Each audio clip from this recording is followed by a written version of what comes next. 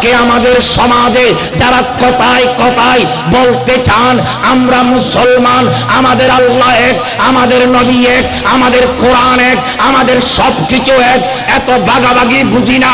আরে কারবালার ময়দানে যাও, এজিদিও নামাজি, হোসাইনিও নামাজি। এজিদের তাবুত আপনার রুকু সিজদা ছিল, হোসাইনি তাবুত রুকু সিজদা ছিল।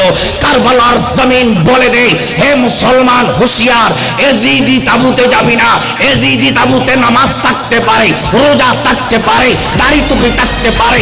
এজিদি তাবুতে আপনার সেখানে আপনার মুসলমান নামদারি থাকতে পারে। ওই এজিদি তাবুর মুসলমানরা নামাজ নিয়ে, রোজা নিয়ে, ফাওয়াইলুল লিল মুসাল্লিন আল্লাযীনা হুম আন সালাতিহিম সাহুন, তাদের ঠিকানা জাহান্নামে। এজিদি তাবুতে যারা নামাজ পড়বেন কিয়ামত পর্যন্ত জাহান্নামী। আর